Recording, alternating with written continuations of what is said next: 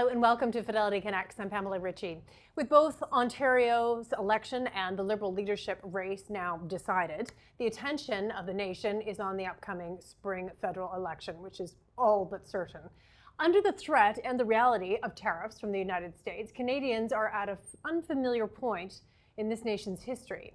How might new federal leadership deliver policy to help steer us into a new era of Canada-U.S. relations?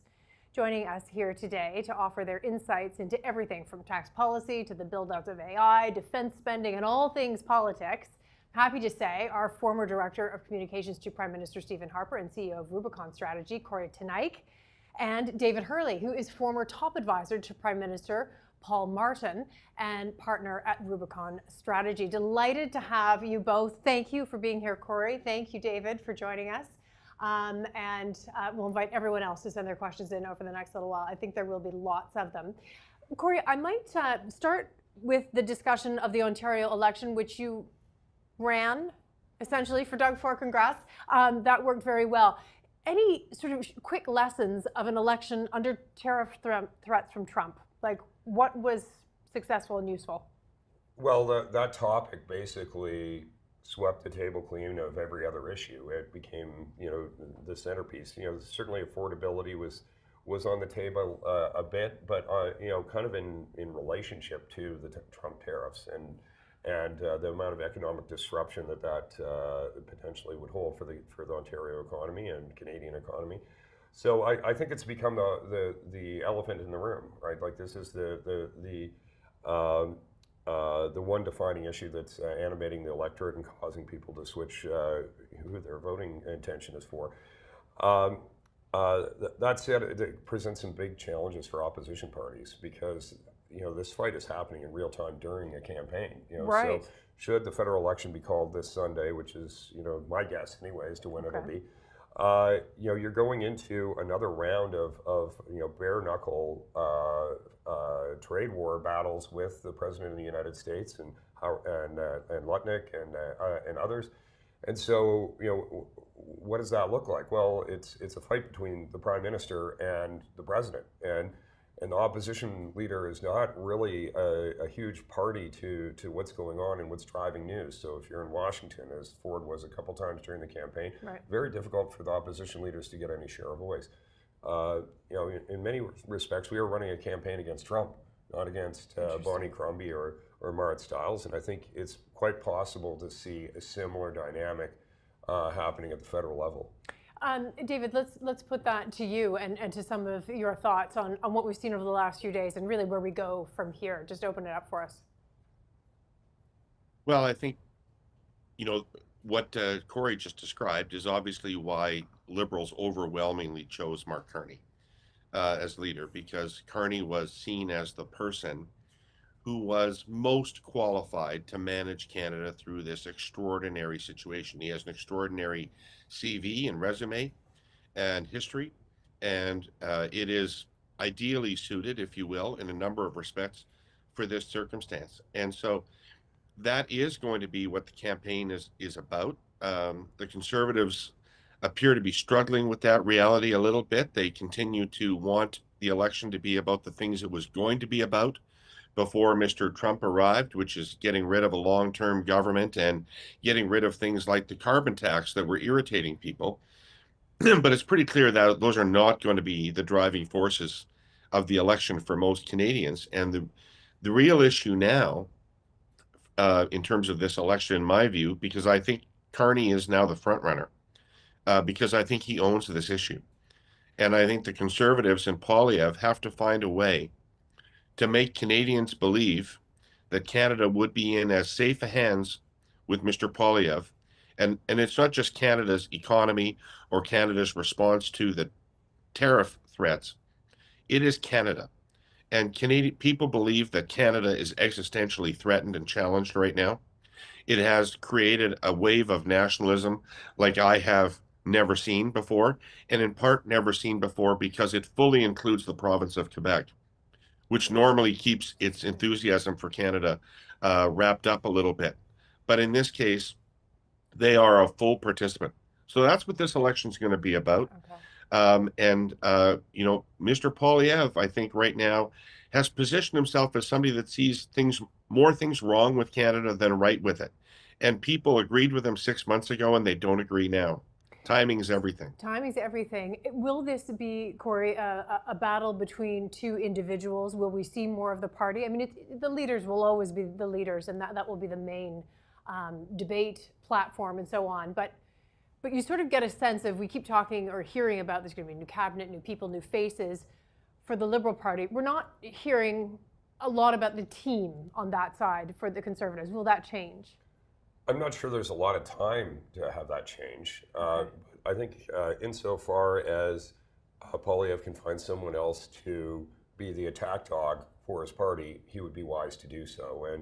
And there aren't a lot of options there. I think someone like a Melissa Lantsman would be a good option for them. But it's hard to be likable when you're saying really negative things all the time, and when you're being the face of your attack narrative. If you go back to Harper's time in office, Poilievre was Harper's attack dog. He was the guy who would throw the haymakers, sometimes bear. There were other people who would front the more negative storyline that you have to tell in politics. But Poilievre's very practiced at that. He's very experienced in being the attack dog. The downside is it makes you very unlikable. And I think in the context of a fight with Donald Trump, some of that can look very Trumpian. And so when you're in this context of who's going to stand up for Canada and against Donald Trump, I think the line that Carney used in his speech was some version of it's you're not going to stand up against Trump if you're on your knees at the altar of Trump. It was evocative, that particular comment. Yes. But some version of that. But I think that's a point that they're trying to make in their advertising, and it's one that Poilievre has to wiggle out from under so he doesn't get pinned down. And it's hard to do that if you keep matching Trump's tone. If you're talking about your big, beautiful take-it-home tax cut, or talking about sneaky Mark Carney who's trying to weasel his way out of the Liberal record. Those are the ads, though. Those sound like Trump, and I think that is a problem for Poilievre today, and I think it's something that they're going to have to adjust for. Okay, David, let's talk about the money that's in the coffer for each of the parties. The Conservatives level vastly out. Is far larger. Is there time for the Liberals to make that up? And to what extent does it matter, ultimately, in this particular campaign, which sounds like it's going to be very quick? Well, it matters much less if it's quick. And so the Conservatives have an enormous financial advantage, and that matters a lot. Corey and I talk about this a lot on The Curse of Politics, which is your podcast. Which is my podcast, yes. My podcast, our podcast. Okay. And the truth is that you cannot deliver your messages through earned media anymore effectively. You cannot, there are not enough people consuming newspapers and television news for you to use those things reliably to get your message out. So if you're going to communicate with Canadians now, you need to pay to do it, whether it's online or on television or wherever it is. You need to pay to do it, to get your ideas in front of them. And Conservatives have vastly more money than the Liberals. There's no chance the Liberals could make that up. And so as long as we're not in a writ period and there's no restriction on money, that's a massive advantage for the Conservatives.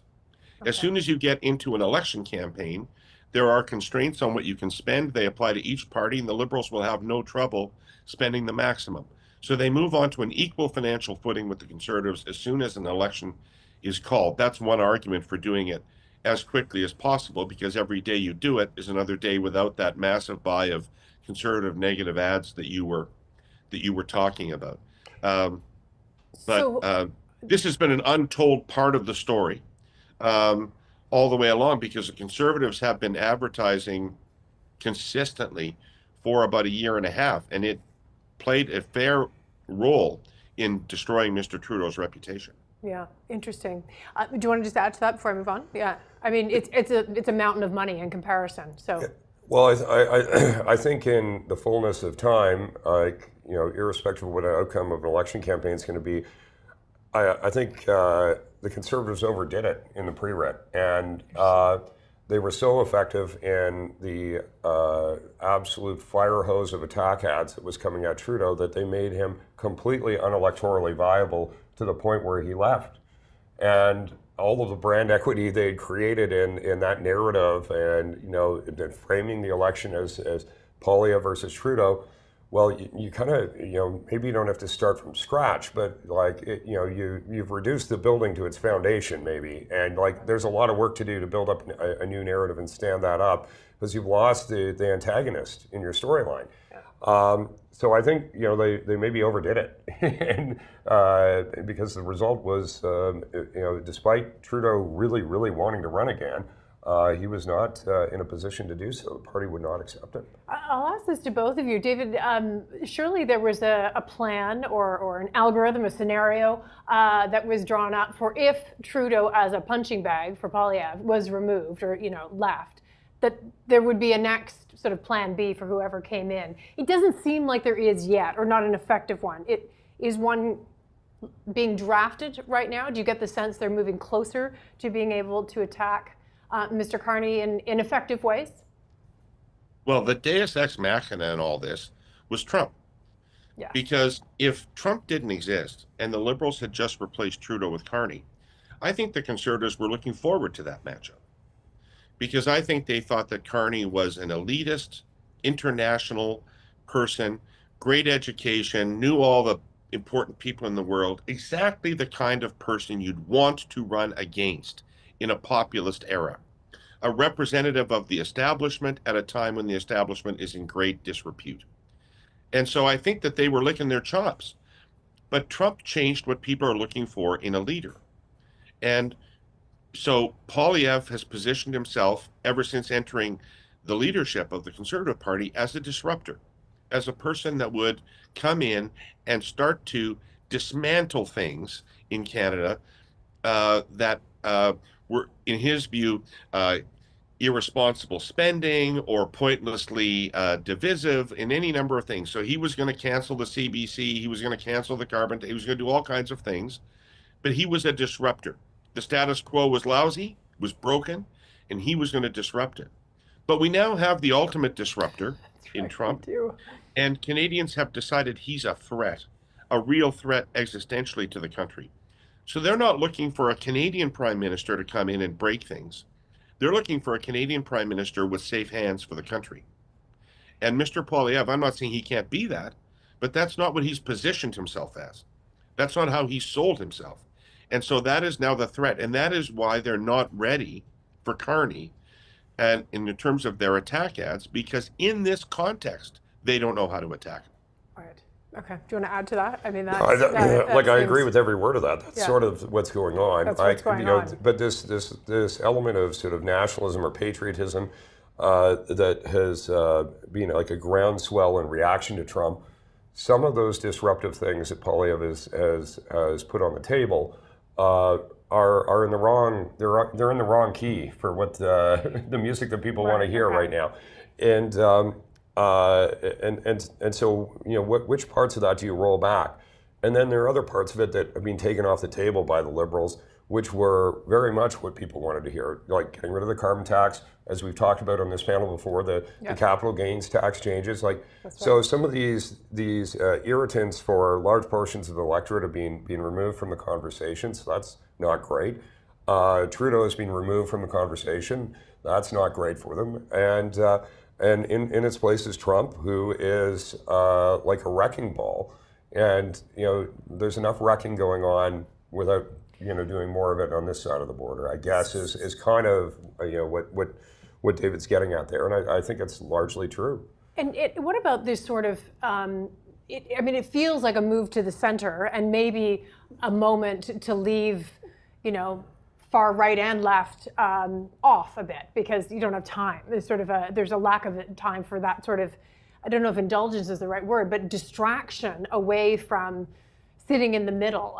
David, would you, we are also hearing that Mark Carney, we don't know what his cabinet's going to be like, but you're hearing that there could even be people who aren't typically liberal, who, it would be ruling from the center in the way they always do at some point, but in a new way. How is that helping, David?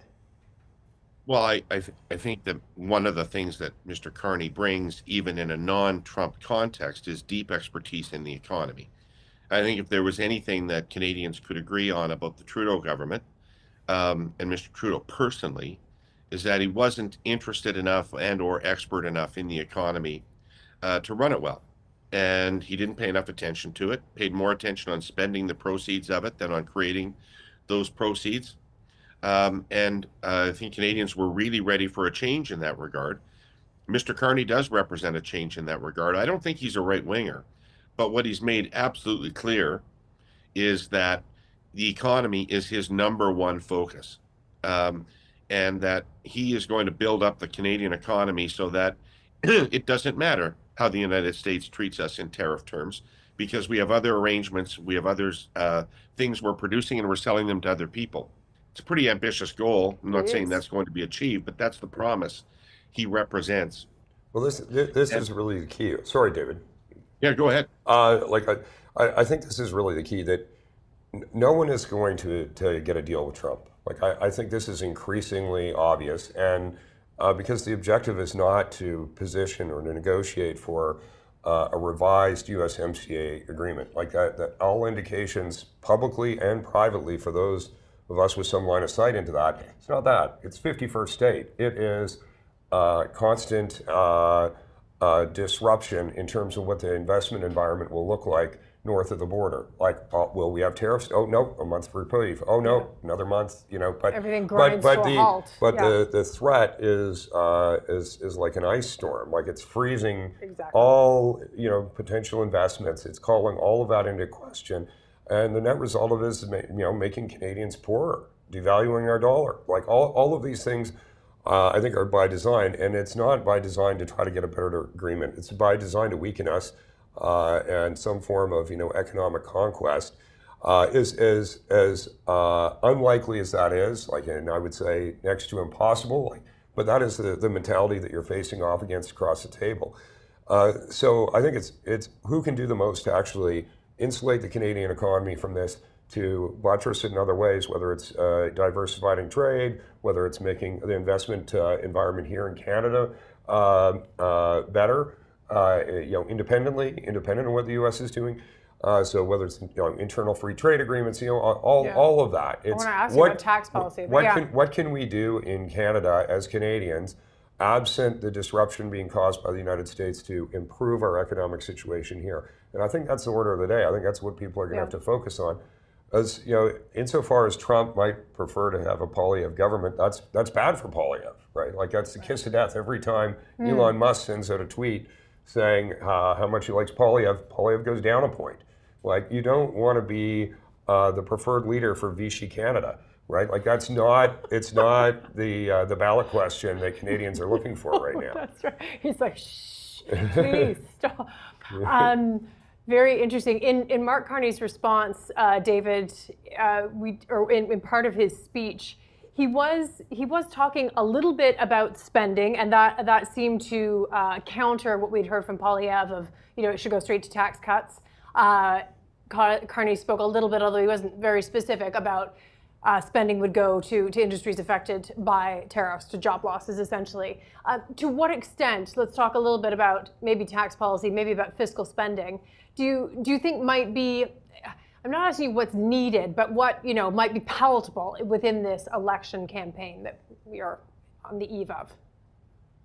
Well, so Carney has already promised a middle-class tax cut. He hasn't put any detail around that, but he's promised a middle-class tax cut that will deliver at least as much to homes as the carbon tax rebate did, to avoid the interestingly, yes, to avoid the frankly negative consequences for many households of losing the rebate. I mean, this is against conventional wisdom in Canada, but many people made money off that rebate, spent less on the carbon tax than they got in rebate, and so there's going to be a net loss to those families, and he's promised to make it up with a middle-class tax cut. The other innovation that he's proposed to bring is to change the way we account for spending, and to have a bucket that is for consumption, and everything from paying interest on the debt to transfers to provinces for health care to the dental care program would be in that bucket. And then there'd be a bucket for economic investments, productivity investments. And what he's promised is that he would balance the operating budget and deliberately did not promise to balance the investment budget. His like a belief is capital that budget. Canada Yeah. needs big investments if it is going to modernize its economy to deal with this threat. And a lot of that's going to have to be stimulated by the public sector. And he's proposing to spend large amounts of money on productive investments in the economy. Now, skeptics will say that there's always the devil in the definitions of those things, and that's a fair comment. But Carney's plan to insulate people from the effects of Trump are largely the middle class tax cut and the fact that all revenue taken from our own tariffs that we put in place retaliatory to Trump will go back to support the industries and the workers in those industries. Which is a different message. Is there something else that Pierre Poilievre might want to consider there? I mean, it's interesting. Okay, let's talk about that first, and I'll ask you about this sort of tax policy. Well, I think there will be a lot of eyes on what is Poilievre going to do around the investments that the Liberal government has made with the province of Ontario in particular around auto manufacturing and battery manufacturing. Like, what is that going to stay, or is that going to go? Where is the government on, or where would a Poilievre government be on like things like ITCs for, the rebuilding of the nuclear industry and the energy industry to position it towards, AI and data centers and all of that. Those are big questions. Big questions. How do you plug in our type of energy into something? So, if you look at the support that the Ford government got from construction unions, et cetera. It's a lot of it is related to those kinds of things. You are going to be doing the big build out of highways and transit system and nuclear fleet and auto sector. That's where those jobs are for those people. So are you committed to that or are you not? And and if we're going to see massive disruptions as a result of Trump in some of those sectors like autos, like what's your plan? Are those people just SOL, or are they going to get transitioned into something else? And if so, what is that, and how realistic is it? So, like I think there'll be more focus on the Conservative platform in this election than might otherwise be the case, because I think a lot of eyes are going to be on those things. Like, how are we fixing the job losses related or impacts ultimately from tariffs? David, jump in there. Well, I think that Ontario and the federal government are likely to be in a lot of synchronicity in their thinking about this, or at least the Carney government is. Don't know about the Poilievre government. I think where the Carney government is going to face confederation issues is with the two prairie provinces, because Trump's tariff plan illustrates his vulnerability. So the tariff on energy is only 10%. And the tariff on potash is only 10%. Right. And if listeners don't understand, Canada provides virtually all of the fertilizer, that's potash, for American farmers. And the only other source unless there's a deal in Ukraine and they can take it from Russia and Belarus again. But yes. That's right. And so Trump has essentially exempted these from his 25% tariffs and put only 10% tariffs on us. What does that tell us? He doesn't want 25% tariffs on there because he'll get a bad reaction from his voters. That means we should be doing exactly that. That means we should be raising the price of those commodities until he and his constituents feel that pain. But that will be vigorously and vociferously opposed by the premiers of those two provinces, and is in anticipation being vigorously opposed. And that will be keeping the country united through that exercise is going to be one of the trickiest things a prime minister will face. That's really interesting. What if Pierre Poilievre and the Conservative Party in Ottawa on exactly that question? Because we just don't hear about it a lot. Well, I don't think they're anxious to talk about it at the moment, but I would see it as one of the biggest reasons to actually elect Pierre Poilievre to deal with this situation. I think that he has a much greater amount of latitude to with the electorate in Saskatchewan and Alberta to bring them along as a part of a unified Canadian approach or response to this tariff fight, this trade war. I think he's got a much stronger hand to play there because his electorate overlaps so much with Scott Moe's voters and with Danielle Smith's voters. I think any action on those kinds of areas by a Carney government could look a lot like a new national energy program. It could be something that literally tears the country in half. So it's not that Poilievre doesn't have cards that I think he can play to position him well in this fight. It's just it's a tough card to roll out before you're prime minister. You're going to be telling part of your electoral coalition that there's some pain in the future for them as a part of a unified response. That's fascinating. Okay, that's a really interesting point. I'll put this to each of you. Actually, we spoke with David McNaughton, former ambassador to the U.S., last week, and one of the things that he said, and this was everything's happened in the last 48 hours, 72 hours. He said one idea is just to kick the trade conversations down the road as long as possible and focus more on defense, because there's sort of some traction there. It's an area that might bring everyone to the table in a way that's more easily to get other things bridged. David, let's start with you on that. What do you think about the sort of trade talks? Yes, but maybe kicking it down the road a bit. I don't know if it's possible. Well, it may make sense, although it's not really up to Canada to kick it down the road. It's the president who has a different attack on us every single day. Today, he's doubled the tariffs on steel and uranium to 50% as a result of Ontario's action on electricity, he says. We'll see if that comes to pass. But it's a little hard to put that conversation away when he keeps raising it every single day. With regard to defense, it makes a lot of sense. I think Canadians are now agreed in large measure that we need to take more responsibility for our own defense. Not because the United States is asking us to, but because we can no longer trust the United States. And so I think that there's a consensus around doing that. But on the other hand, in the current context, I think there is significant resistance to investing all of that defense money in American technology and in American defense contractors. And in fact, there's a sense that, given the approach the United States is taking to us, that we should buy that equipment elsewhere. And I don't know how practicable that is in a certain time frame, but it also feels like it would not dampen the animosity with the United States, but possibly exacerbate it. Yeah. Thoughts on that? I mean, that does sound. There's that argument that a lot of the NATO grumbling is that you would buy more arms from the U.S. and that was part of the agreement of the entire thing. So it was what held it together. But like NATO, for all intents and purposes, is dead.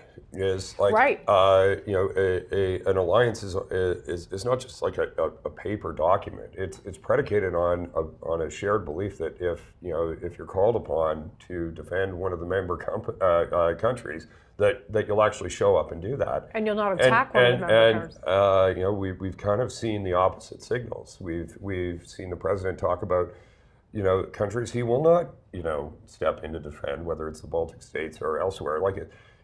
I think that the fundamental agreement that is NATO is being eroded to the point of it being of very little value as long as Trump is around. So he's taking a more regional view of the world, which is why he's talking about Greenland and Panama and renaming the Gulf of Mexico the Gulf of America. It's very Monroe Doctrine, Yes. 19th century view of zones of control and influence. And in that context, a greater role for the Canadian military, I think, in Trump's mind, is to protect the northern flank, right? What are you doing to actually patrol under the ice, to listen for enemy submarines? What are you doing to, provide air defense and early warning radars and all of that in the north? I think we've got to do all of that. But I agree with David that I'm not sure the Americans are creating a great incentive structure for us to be buying American equipment to do that. Yet I think that is part and parcel what the Americans want. So I'm not sure it's the easy fix that some would like it to be. Yeah, David. I mean, what do you think ultimately about the time for us to build these things? It would take a long time. We'd have to procure them somewhere else, like across the globe, somewhere else, I guess, just not from the U.S. Like, what is the sort of timing issue around that? Well, the timing issue around defense, I mean, everybody in Canada has up until this point like right up until this day, taken a fairly lackadaisical approach Yeah. about getting our defense spending up to what is the international norm. Um, and so talked about doing that by 2027 or by 2030 in different cases. Um, and I think it probably needs to start ramping up almost immediately. There are, I think, European options for military equipment that would suit our purposes, especially if we're going to be allied with Europe more in the long term than we are with the United States. But timing for everything is, I mean, I think Polyev is right when he says that in a lot of respects, the Liberals are coming into alignment with things he talked about leading up to this. And one of them is underlying Carney's "it's time to build" is his argument that we're going to have to build things way faster than we've been building them. And that means looking at all the approvals and compliance issues that are involved in getting things built in Canada. It also means looking at literally how quickly we build them. And because whether it is defense equipment or whether it's making the Port of Churchill a true international port, Right. or any of those kinds of big infrastructure projects, Trump has put us in a position of kind of now or never. We don't have 10 years to figure this out. Yeah. Yeah. I mean, let's go with ports just to begin with. How many new ports do you think? I mean, there's been discussions about where they might go, and some of them are already there, obviously need to be bolstered. But we're looking at significantly more ports, we think, over the next 10 years? Yep. Well, probably need more LNG. You probably, like, you know, if we don't like selling our energy resources in Western Canada at a discount to the United States, we need more pipelines. We need more infrastructure to export to other markets, like across the board. If we're not going to sell all the potash to the United States, well, there's a port implication to that too. So, you know, there's a lot that needs to be done across the board on all of this. And, you know, the Canadian approach of 10 years to a maybe on resource development doesn't work. You know, we like to brag about having all the critical minerals that the world needs, but, you know, a lot of good that does us if they're in the ground. Yes. Like we're not developing any of them right now. Like it's like you know, just a completely beside the point statement to be making. So things like the Ring of Fire, I think you're going to see. That's going to be fast tracked pretty quickly, don't you think? I think so. I think so. But you know, and you know, to David's point, I think you're seeing the Liberal government come to the Polyev position. You know, I think C-69, the Impact Assessment Act around these sorts of projects. The Supreme Court's largely gutted it already, but I think, you know, Parliament needs to finish the job. I think it needs to go away 100%. And I think on the provincial level, the provinces are going to have to speed up their processes massively. Yeah. And I think you're going to see that. And David, does this come with some version of a caveat, or, you know, how it's structured ultimately with more Canadian ownership somehow? I mean, I don't know how that works exactly, or whether we've got what it takes, but it sounds like the development of some of the things that we need to develop lickety split would have to be more Canadian based, wouldn't it? Oh, well, likely, because like, are we going to say yes to international deals in the way that we have in the past? I guess that's the question. Well, I think we're going to be suspicious about who's doing it. And, you know, two of the major people that would want to do it we're most suspicious of, the United States and China. So yeah, I think that does imply more Canadian involvement. And I guess one of the things I would look for is something that the Canadian government's been kicking around for a couple of years, which is how do you get the Canadian pension funds involved in investing in Canada? And I certainly want to go on the record as saying I am dead set against any political direction of pension fund investing. So it would have to be investments that genuinely made sense on behalf of the beneficiaries of those pension funds. But we have massive pools of capital in Canada, controlled in Canada, that could be deployed theoretically to finance investment in Canada. Yeah. Well, that comes to the point we need to change the investment environment here in Canada to be more competitive. You know, so yes. Capital will flow wherever it's going to make the most money. Sure. And sadly, our investment environment here, for some of the reasons that we talked about before, has been lacking. So what is it that we're going to do to fix that? I think is going to be another big question for governments across the board. I mean, it's interesting the sort of the global price, or even something like potash, right? I mean, it's priced on the global markets. There's a global price for it. Yes, most Canadian goes to the U.S. But if you look at the global price for anything, any of the critical minerals, but also, copper, zinc, all of them, which are critical minerals, they are international prices. But if they're sort of being built by Canadians for Canadians, there's just a lot of rejigging that would go on, or to be sold, maybe not just on the open market. It'll be interesting to see how those deals get done. Well, I think there's going to be increasingly a element of who you sell to as a part of any of these agreements, Sure. right? Like so. Well, LNG is already like that, right? You got to lock up the 30-year contract with South Korea or something. Look at the U.S. Department of Defense, which is actually being an investor in a number of critical mineral projects here in Canada, to guarantee supply for critical minerals that they need for the defense industry. So I think if you're going to look at areas where we have leverage on the United States in this trade fight, yes, it's potash, not a critical mineral, but an important one. Yeah. But it is things like high-grade nickel, and should the government be stockpiling that as leverage in this negotiation and force the United States to say, okay, well, we're going to move our supply chain to China and try to explain to the American people why that makes sense. And so I think who you sell to is going to be leverage.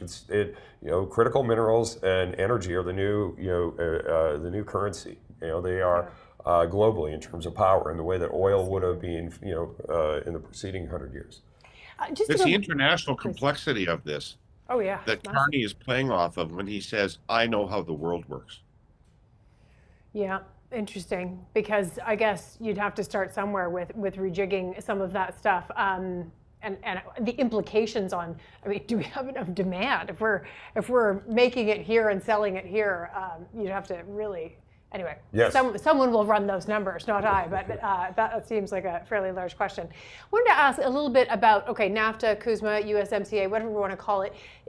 A partner in Mexico, in the way that we have for decades and decades had a partnership with Mexico for lots of different reasons, in many situations selling into the U.S. from either side. Just tell us a little bit about that. Okay, so it seems like there's a little bit of a rip-up of this trade agreement because we don't really know that it exists properly anymore when you have tariffs flying all over the place. What of Canada and Mexico going forward? I'll begin with you, Corey. How is that going to work? It's very difficult to imagine well, that. It is.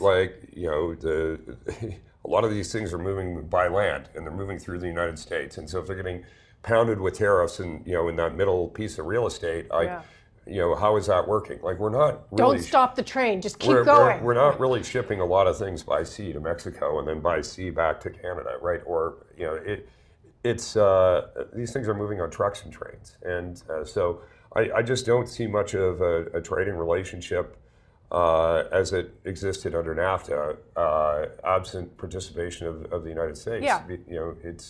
How would that work? It's very unclear to me. I mean, they're always going to be probably our largest trading partner, so that will always be the case. It's just the rejigging of it all. David, any thoughts just on Mexico's role in this? We've seen their president be very bold in some of her discussions and decisions and messages, and also getting on board with the Trump administration in the areas where she can in terms of drug enforcement. But yeah, your thoughts on sort of Canada and Mexico relations? Well, I don't know what the relations are like because a lot of Canadian politicians were pretty quick to throw Mexico under the bus. Yes, somewhere. When these Trump tariffs were first threatened. Assuming that in a rational world, if you were concerned about the border, or if you were concerned about being flooded with low-cost Chinese imports, you would be looking at Mexico, not Canada. And so we thought we could probably exempt ourselves from that. But Trump has his own designs on Canada. I'm not an expert, and I don't personally know what the potential linkages economically between Mexico and Canada are, frankly. But it does appear that most people are looking further afield for Canadian opportunities and focusing primarily on energy and minerals to Europe, and then frankly revisiting what kind of relationship we want to have with China.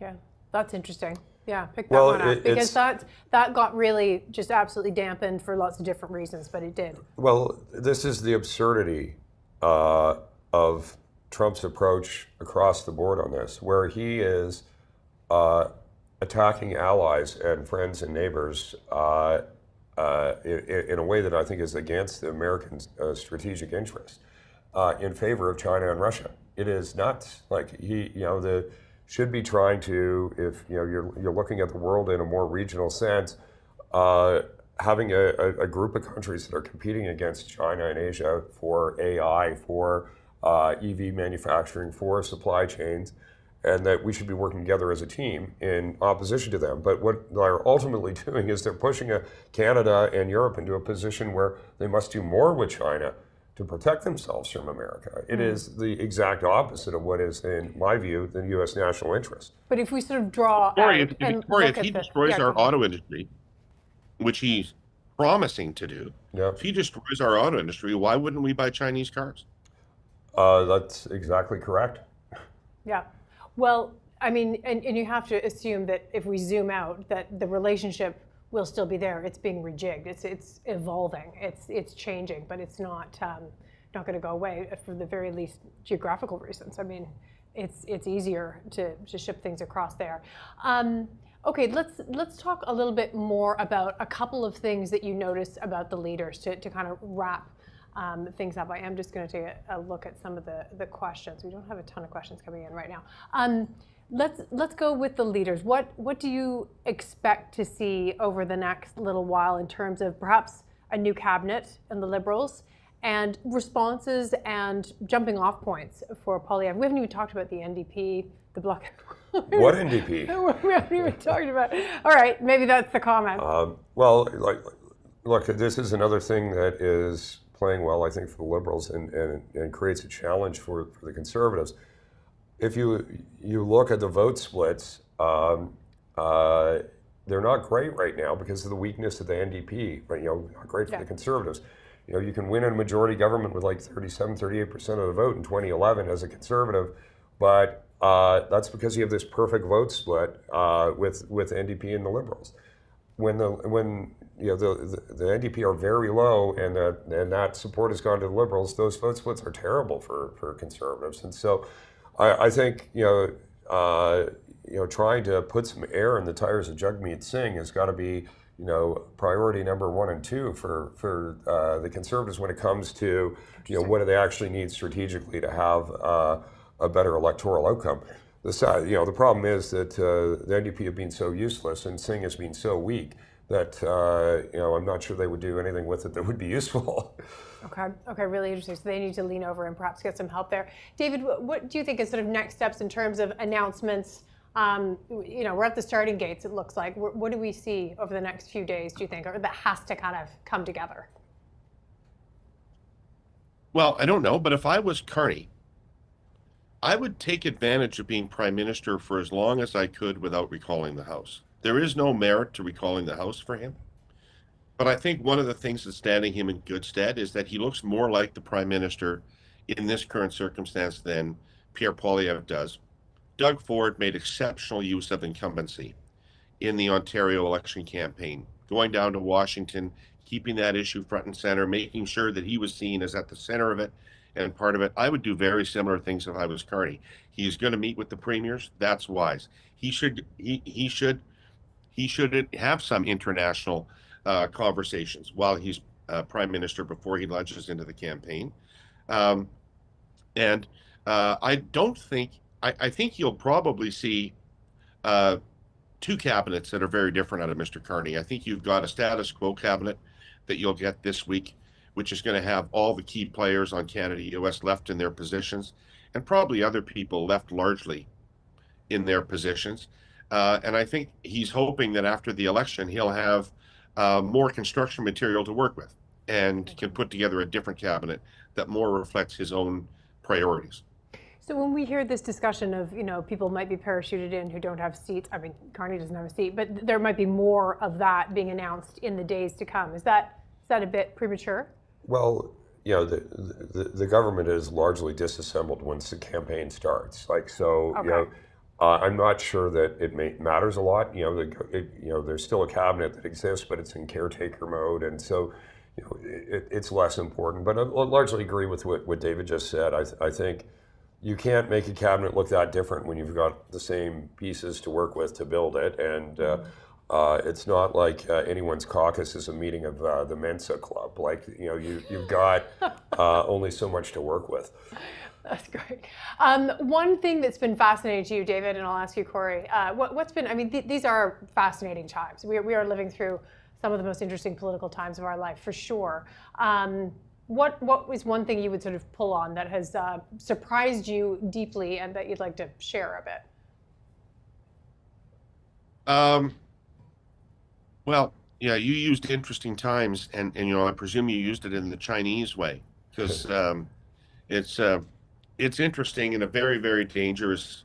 It's interesting in a very, very dangerous way. Listen, I mean, I think that the change in sentiment about federal politics is as dramatic a change as either Corey or I will ever have seen in Canadian politics, because this election was so over and so done with. And the emergence of Trump has completely changed the criteria on which people are selecting that prime minister. And so it's now a highly competitive race, and we're going to have a race between two very distinct offerings, right? Mark Carney is the best exemplar of the establishment and the system that Canada can offer. And so to the extent that one believes in all these things, multilateral organizations, international arrangements and agreements, collaboration, nobody better than him to do that. But on the other hand, Canadians are in a very populist mood, not a lot different from that in the United States, rejecting the consensus around establishments and institutions.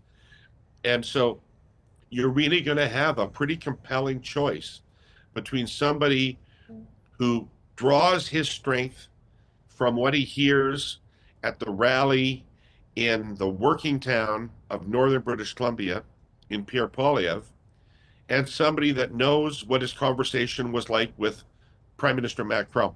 Yeah, okay, we'll leave it there. That is a stark contrast. Just a quick note. No, I agree there? with that. I'm in full agreement with David on that one. That's I think. so interesting. Are you really in full agreement the whole way through? David Hurley, Corey Teneycke, delighted to have you here. Thank you for pointing us in the right direction of what we need to watch and your great strategic thoughts. Thank you. Great, thanks.